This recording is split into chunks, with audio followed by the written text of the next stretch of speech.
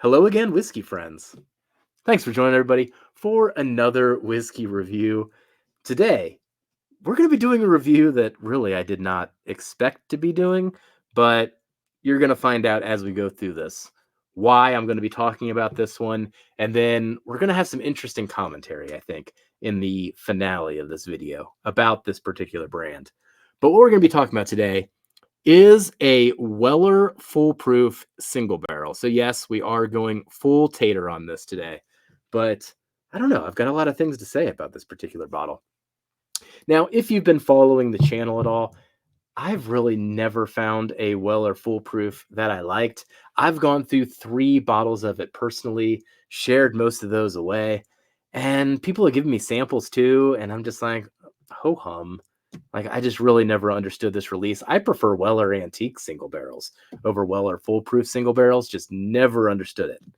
And I would even give my single barrels to Durrell, Kelsey, even recently to Whiskey Row in a blind, and they all rave about it and talk about how it was like their favorite pour of the blind. And I'm just like, I'm still not a fan of this thing. Is it a me thing, or is there more to this? So Durrell maybe took it as a personal challenge to get me over this hump, find me a Weller foolproof that I would like, and I guess we'll see if he succeeded with this particular bottle. So thank you for joining today, whiskey friends. Let's kick off the show.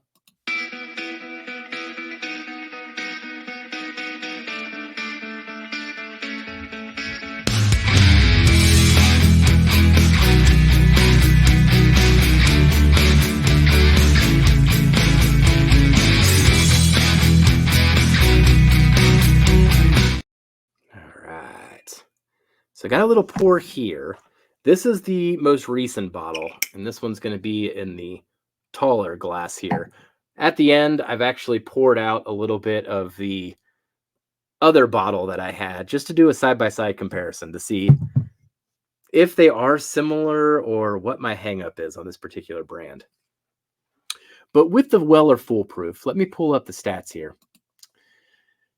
So this particular one cost $89. It is coming from Yankee Spirits, which is a great store in Durrell's area. The proof on this one is 114 proof, and it is non-age stated, which is always something very interesting to me. I always wonder the age on these. I mean, it almost feels 5, 6 years old. Once again, a lot of the times those Weller antiques single barrels come across older.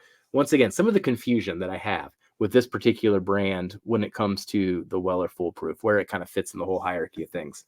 But it is non-age stated. Now, the price on this one, I mean, of course, the price on this one is going to vary. Durrell did get this one at the price that Yankee was saying. I don't know if 89 is even considered MSRP. I feel like MSRP would be like 59 or 69 or something closer to that. But I haven't seen one in Ohio in ages. But with this one too, I mean, what's the secondary price these days? 170. So that kind of weighs in the back of my head, but I will be reviewing it for the price paid, which was 89. So we're going to get into the nose, the palate, into the finish. We'll get into the final scores, and then I'll do a little bit of a comparison here for the first time. I'm actually curious what I'm going to learn by the end of this video. So thank you for joining today, whiskey friends. Cheers, everybody. Oh, man. So the reason that I was excited to talk about this one is, spoiler alert, I do like it a lot. And right off the bat, on the nose, I mean, an amazing medley of fruits. Gosh, I've been drawn to fruits lately. Combination of cherries, other stone fruits, berries, even drifting into melons. Like, it's got like this wide range of fruits, especially for a wheated bourbon. Ah, man. The other thing that I gravitate towards would be essentially a lot of fried dough. I always equate it to elephant ears, though I'm told that that is more of a regional term, but essentially fried carnival dough covered in powdered sugar, even drizzled, or maybe it's got a size of like caramel sauce right next to it. So you can dip it in there. Gosh, I even suppose all the fruits that I'm talking about could be sauces that we're dipping the elephant ears into. There is a bit of vanilla too. I'd equate it to maybe whipped cream on top of that. Man, I'm really leaning into this. Last note's going to be a bit of chocolate. It's going to be almost like a chocolate syrup, like a Hershey chocolate syrup, even. So, okay, I guess that further leans into it. So, we've got fried dough elephant ears, and then we're just surrounded by bowls of various sauces, either cherry reduction, berry reduction, or jam, the caramel, and then the chocolate. And we're just dipping away and getting diabetes together. All right. Let's get into the taste. Oh, before we do that, on the nose, absolutely do love the nose. Gave the nose 2 thumbs up. Oh my god, it's a wonderful nose. All right, now let's get to the palate.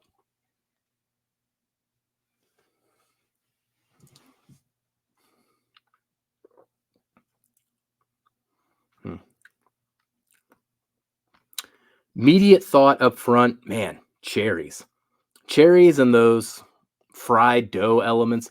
Even with that fried dough, when I'm saying that, even picturing kind of that texture of the fried dough when you initially kind of put that in your mouth and either chew it or smash it with your tongue and kind of that grease and oils run across your tongue as well. Get that sensation. So that motif continues to play through. I said powdered sugar on the nose. It's more confectionery sugar, especially on the palate. Just the level of sweetness on this thing continues to surprise me. Bit of cinnamon, maybe like a cinnamon sugar combo too up front. Let me go in for another sip here.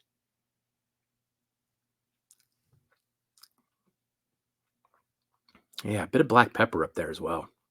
Really helps balance and darken that up a little bit. Ooh, that was doing all types of interesting things to the sides of my tongue and especially front palate.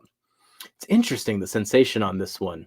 It doesn't travel across the tongue as I expected it to. Just the transitions. If you try to like focus in on it, it's like where the flavors are coming from are front and sides. And it really doesn't travel across the middle of the tongue like I expected, but it also gives you so much flavor all the way through. Totally distracted me there. Let me go in for one more sip and then we'll talk about flavor notes mid palate.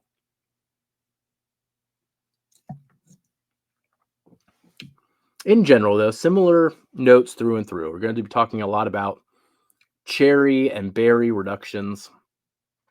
It does darken, though.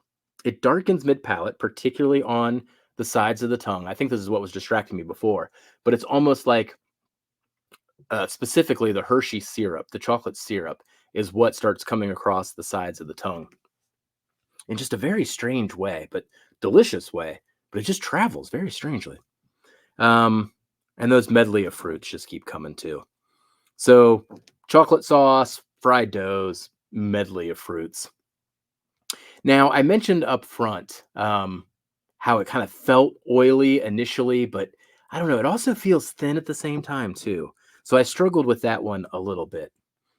Gave the palate a thumbs up though. Regardless, really do dig the flavors on this. Let's get into the finish.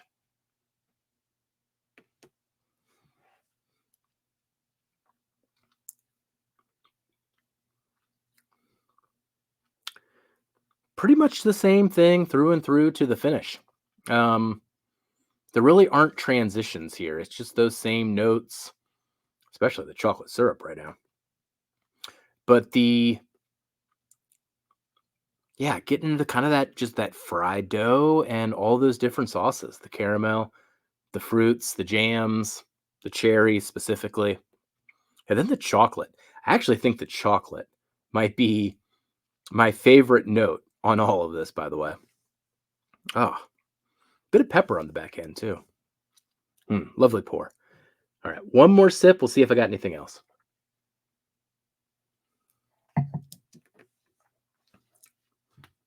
Just beautifully balanced. So on the finish, giving that one a thumbs up.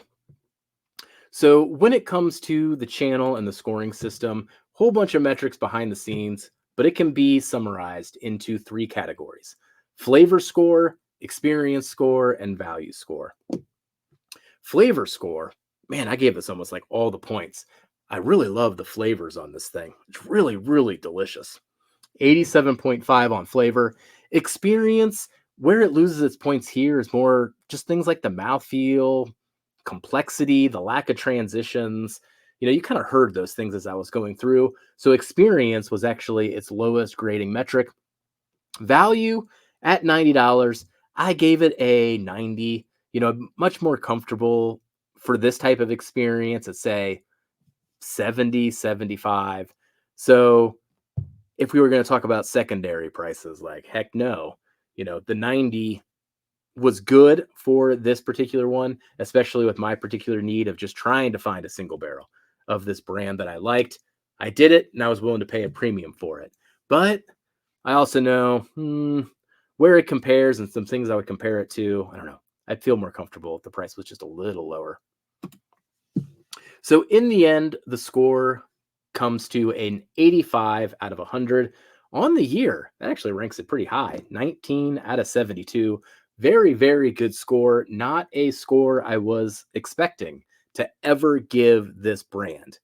Now, with that said, I have gotten my hands on quite a few over the years, Weller foolproof single barrels, 3 to be exact.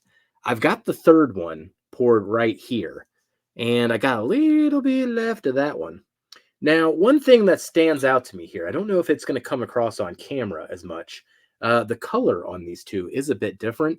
The newer one from Yankee is darker than the one I'm about to compare it to. The one I'm going to compare it to, got this locally a few years ago. It went to a good cause. That was the main reason that I was going for it. But I was getting this one because I didn't like the other one. I didn't like the one before that. So I recall not being a big fan of this one either.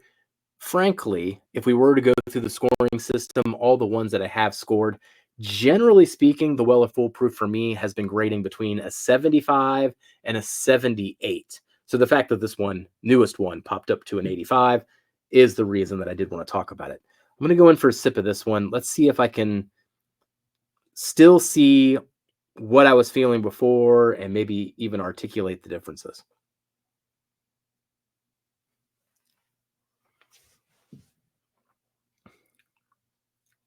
Yeah, I kind of feel it immediately up front. Depth of flavor's not there. It's really just all cherry. Finish isn't there either. See, that's the thing that I usually got off of the Weller Foolproofs. Even though it technically had a higher proof, it just felt like a younger, less interesting whiskey than the Weller Antique single barrels. Once again, this one, though, that I'm saying, I think I graded it a 75 or a 78. When I gave it to Darrell, Kelsey, and Whiskey Row blind, everyone loved it. David and Jamie loved it. This one just doesn't do it for me, though. No. Doesn't do it for me. Give me the Yankee one, though. I can now finally understand some of the love for this brand, but it took me quite a few tries to get there. So that is something interesting to just always kind of keep in mind, especially as we talk about single barrels. The consistency of a brand and a single barrel is something to ask people, ask reviewers, ask them in the comments, especially if they're commenting on a single barrel. Is it the only one that they've had? And how consistent are the single barrels that they've come across? A lot of the times, if there is a lot of inconsistency, we'll talk about that in the review. So thank you for joining today, Whiskey Friends. I know that one went a little long. Oh, man. I'm going to gotta take a sip of this one. Oh, so much better. That one still doesn't sit right with me. I don't know what the attraction was on that one. All right. Well, that's going to conclude the review of this Weller Foolproof. Let me know what your experience is in the comments. Do you feel the inconsistency like I do? Do you love this brand? Have you not loved ones that you've gotten a chance to try? What has been your takeaway from all this? And then we'll catch you on the next whiskey review. Goodbye, everybody.